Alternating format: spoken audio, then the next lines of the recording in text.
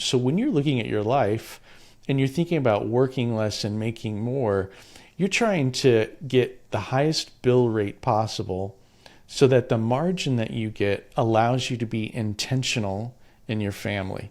I mean, what would it look like if there wasn't a single recital, ball game, event that you missed? You never missed.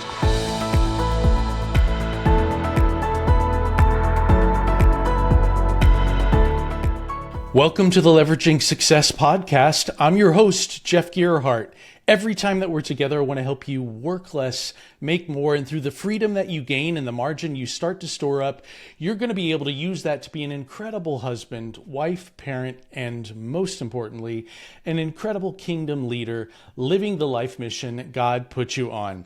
I'm so excited to have you here today. I want to talk to you about your time and how you get advantages with it. You know, I'm promising you to work less and to make more. Well, I think you need to think about this because the people that I'm talking to are already successful. And so you're not necessarily thinking about making more, but I want to explain what that looks like. You see, if you're working less, you're getting leverage and you're successful. But what does it mean for the business owner, the entrepreneur, the executive to look at their time and make the most of it? Well, you have to do what Covey says, and you have to begin with the end in mind. And so for us, we're thinking, what would a life that would be significantly important, one that would be eternally important, look like? Well, it's going to be a life that has fruit to it. It's going to be a fruitful life. And that fruitful life will be about, first, within me, loving God with all my heart, with all my soul, all my strength, thinking about Him all the time. My mind and everything about me concentrating on just how much I love this Creator and our relationship and being with Him all the time. And then loving people and thinking them like I would love myself. So as I'm looking at my neighbor or anybody that I get to interact with at the coffee shop, in my business, I'm thinking all the time about loving them like I love myself. As God loves me, I want to love them. So loving God, loving people, and to be fruitful, I want to see my life lead others to know God and love people. And that's to make followers of Jesus. So in this process of loving God, loving people, teaching other people how to love God, love people, this is the fruitful life. And the first place that I get to be fruitful is within me and to build my inner strength, my body, my mind, my soul, my spirit, in a way that has a capacity of overflow that offers to the places where I am to be faithful. My roles as a husband, a wife, a parent, a worker, or a business owner, my career, or a steward with all my resources. Now, while I'm being faithful in those places, this is my laboratory. And inside of my laboratory, that power can overflow to other fruitful means with which I can work to support Christ's church, those who know Him, and the rest of the world that don't yet know Him, in that process to bring people closer to God.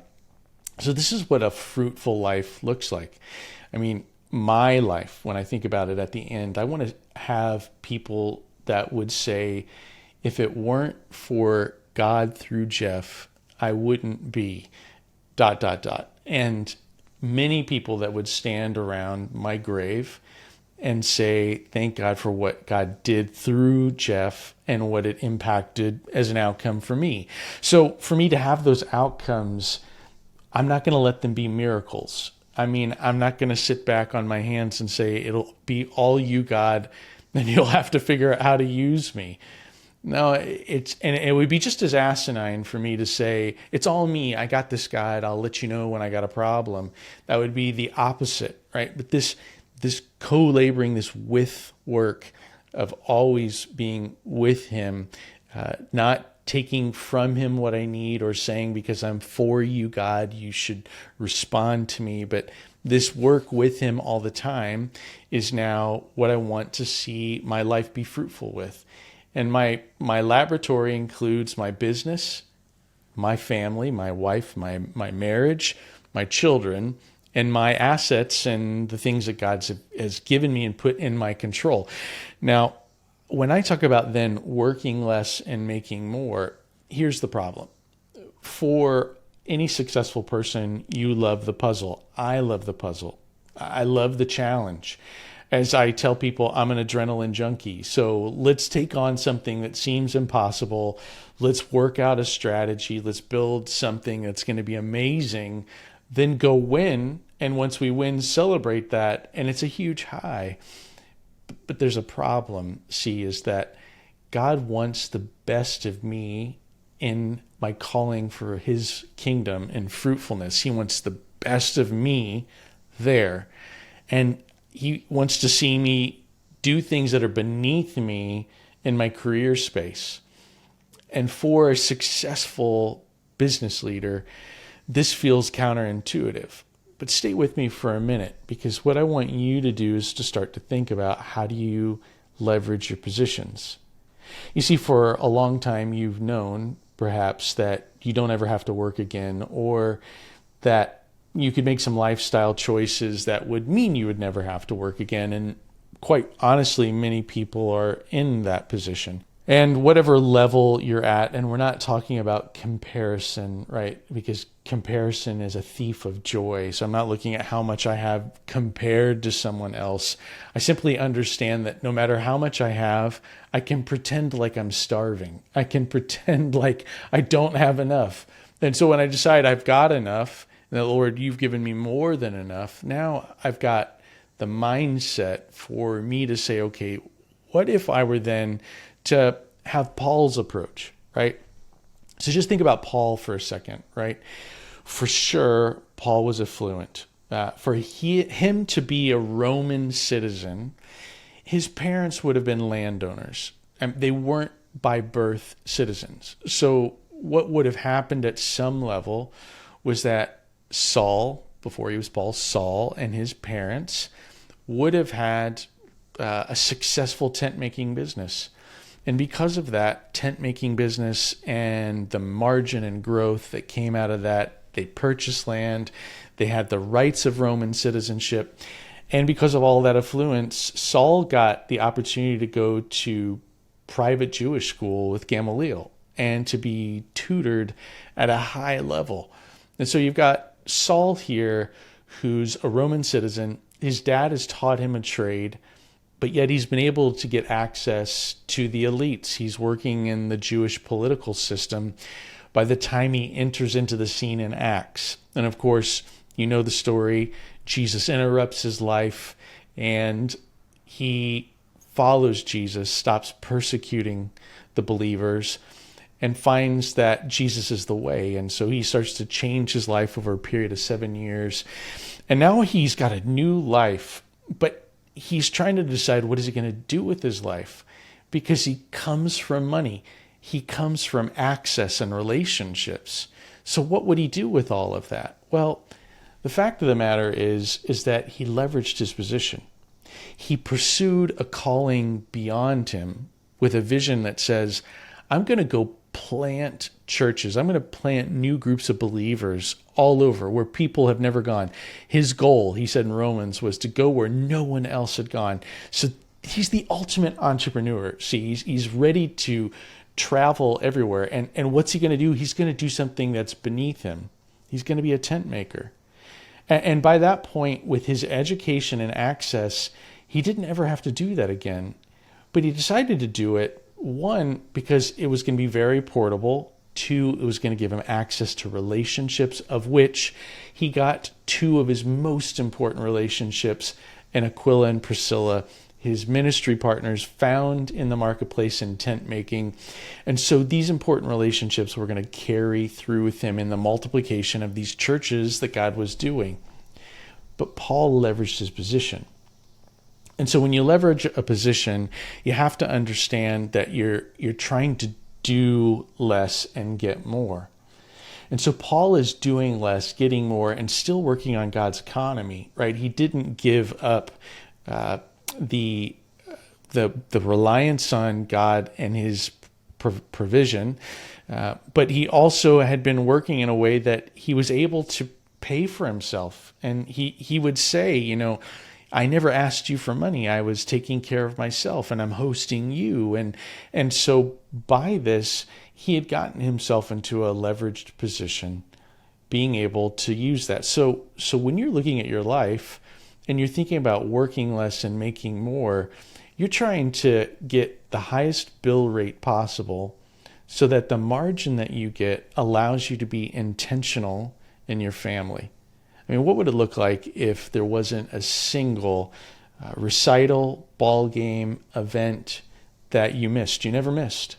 What would it be like if the extravagance of the way that you were on purpose designing your marriage was so incredible? Your wife and you were in a place where it doesn't matter when career ends or changes and when the kids leave, you're going to be so on mission, it won't matter. And then inside of your career, you're still getting to use the best of you, but you're like the talent that drops gold. You know what? The talent that drops gold gets to show up, drop the gold, and leave again. Imagine the musician, right? The musician didn't sell the tickets. The musician didn't operate any of the logistics. The musician was backstage for an hour or so, maybe greeting some fans, having a meal, getting in the right mindset. And then for a 2-hour set, the musician goes out, drops an amazing musical piece. Everyone's cheering, and the musician's out of there again. And there's a team that's running and picking up the equipment and taking it to the next stop. What if you were that musician in your career? You were the talent that you brought only what you bring. And instead of staying a part of the puzzle, which, yes, the puzzle can occupy me. Yes, it can take up all my time. What if I were to get free of that and start to leverage my success in a way with which I raise up more leadership? I enable more people to get more gifts of decision-making and ownership and operating the business so that you got freedom. Oh, you're going to continue to harvest out of it the right amount of money because you're going to be a channel for giving and consuming in the kingdom and in God's economy. So that's not just going away. It's just that you're going to design your career so that it serves you and you, not it. And it serving you will give you headroom to make sure that all of these faithful roles that you've got are dialed. Now, imagine once that's happened and you've got an incredible marriage, incredible children, that you're the chief education officer, chief spiritual officer. That's going well. Your career is still so much fun, but it only takes the best of you. Your assets are growing. You're using your assets to distribute God's love. And to go to the next ring here, you're getting invited into service in Christ's body in ways that you never imagined. Taking your capability, your unique assignment, and that capability that you've got, and use those strengths to bring the gospel forward and to disciple more people. And it would be your contribution, not something you've seen before, perhaps designed completely by you. Or maybe it's something that you're partnered with someone that is just as passionate as you. Or maybe you're the funding source of this ministry capability and you just love it. And because you're giving to it, you've got an influence into the design. You could find it, found it, or fund it, as we like to say in the master's program. You could find a team and get associated with making sure that you're using your strengths on a team. You could be the founder. You could start it from scratch and get things launched under your 100% imagination. Or you could be the funder. You could be the one writing the checks and providing the capital that's needed for that initiative to grow. But to get there, you have to get your freedom. And so I want to talk to you today about what it looks like to get your freedom and staying in that place. Now, here's what I suggest to you. Every 90 days, you're going to want to take the initiative to stop and consider what you're doing and evaluate it against these priorities. 1, money. 2, passion. 3, kingdom. Now, we understand that those things aren't going to be weighted the same because they have different eternal values. Now, money's going to be weighted the least.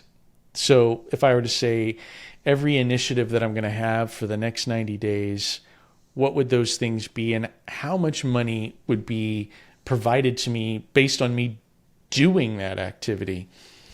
Well, I could then draw a column next to my list of all of my initiatives for the next 90 days. And down that column, I could score from a 1 to 10, what's the revenue impact of this initiative? Now, it's going to be weighted least, but you're going to need to know, is there a monetary element in it? And just in case there's any hesitation, I was talking to a client this morning about their business. And I told them, guys, I know your team, your ownership team. And when you think about business, maybe someone or something is telling you that money equals greed. And I don't believe that for you as a team. And I want you to know that money doesn't equal greed. Money's a tool. Money needs to be subject to Christ and your management. So making more of it, as long as it doesn't become my God, is not a bad thing. So if I was managing what that revenue cycle was going to look like, I want to understand and make sure that I haven't put my mindset into a place where I think making more money would be bad, or even prioritizing things based off revenue would be bad. So 1 column, least weighted, money. 2nd column you're going to make is passion. How much do you care? And by that, I would say if you're going to put it on a scale of 1 to 10, just like you did for the first column with money, 1 to 10, 10 being the highest, 1 being the lowest for that first column. 2nd column, passion. Let's just say it this way. Put a 10 in there if you can't not do it. I mean, it's irresistible. You have to have it on the list. It must be done in 90 days, or it must be pursued over the next 90 days, not necessarily done. And you just don't want it to not be there. And put a 1 in there if you can talk yourself out of it. If you think to yourself, you know what? If this doesn't happen, it won't matter much. Listen, your heart and your passion are a credible fuel source. It's something that you can trust. You can understand that passion is going to push you past difficulty through moments with which you're unsure why you're doing what you're doing, or how you're going to do what you're doing, or how you're going to trust God to produce what you're trying to produce. So here in this next column, weighted more than money, but less than kingdom, just going to weight passion. So put that column. The way that I like to do it every 90 days is I write my initiatives. I write a $sign, make a column. I write a heart, I make a column. And then my 3rd column is a K for kingdom. And I'm saying in this column, which is going to be weighted most of all, will this have fruitful kingdom outcomes?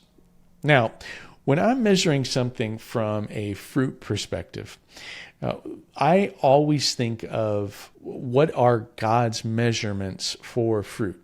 And I think these are really clear, so let me help you be clear on that.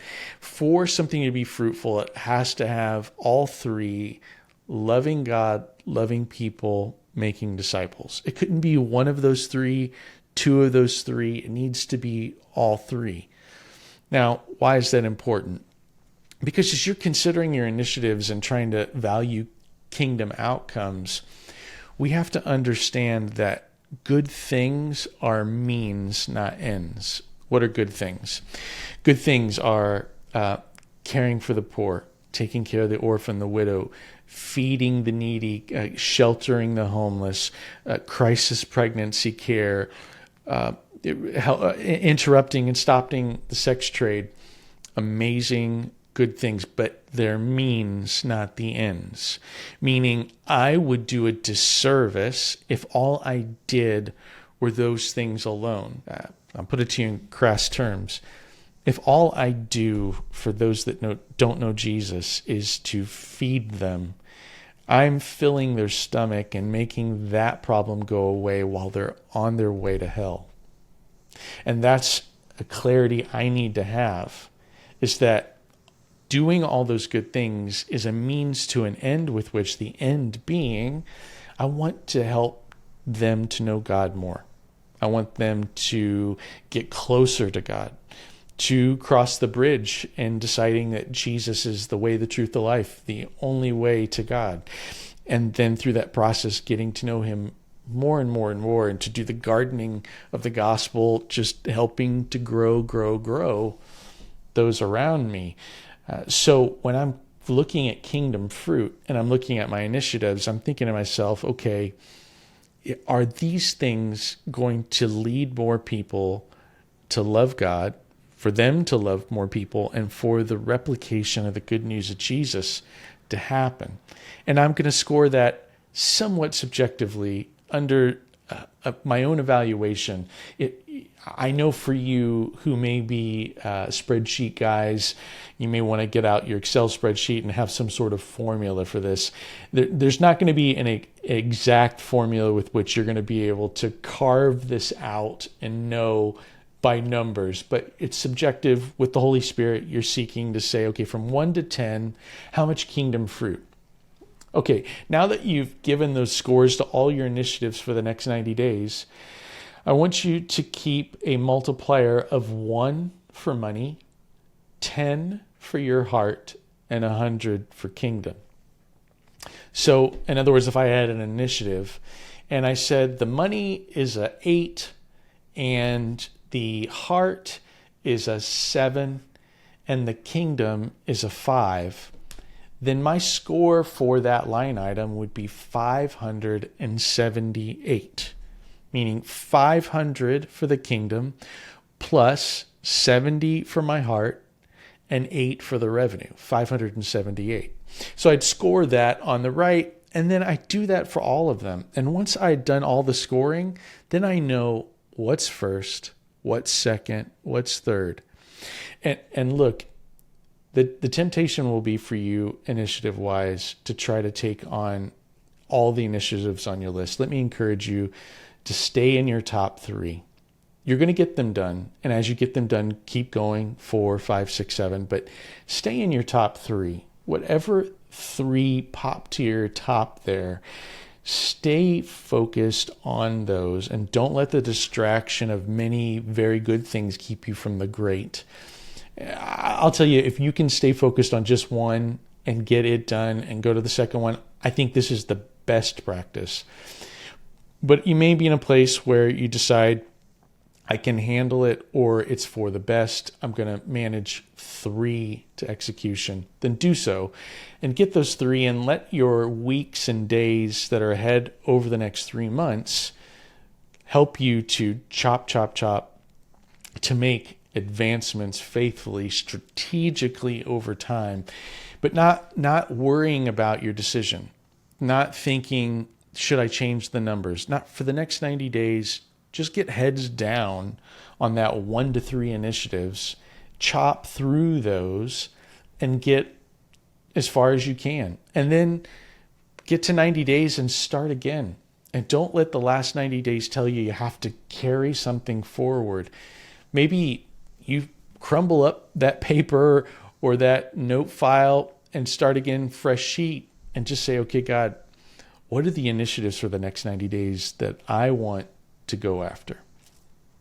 Look, this is the way that you keep a portfolio of the most important things, where you keep a mindset on a horizon that matters forever. Not just a quarter, not just a year, not just a 5-year plan, but a life's plan that says, in the end, I want to cross the bridge into eternity, believing that the fruit of my life happened in every arena and platform. I hope this has been helpful to you today. This opportunity for you to manage your 90-day plan is something that we offer to everyone that's in the master's program, a disciplined practice to get maximum outcomes for all of your life. Hey, thanks for joining me on another episode of Leveraging Success. I'm glad to be with you here, and I'd love for you to stay with me on this journey. So please follow this podcast and subscribe to the YouTube channel or here in Spotify or Apple Podcasts. Please subscribe, get the notifications, and then I'd love your feedback. So give me a review or email me directly at jeff@leveragingsuccesspodcast.com to tell me what you think. I'd love to hear more of that, and I would love to address some of your thoughts here on the show.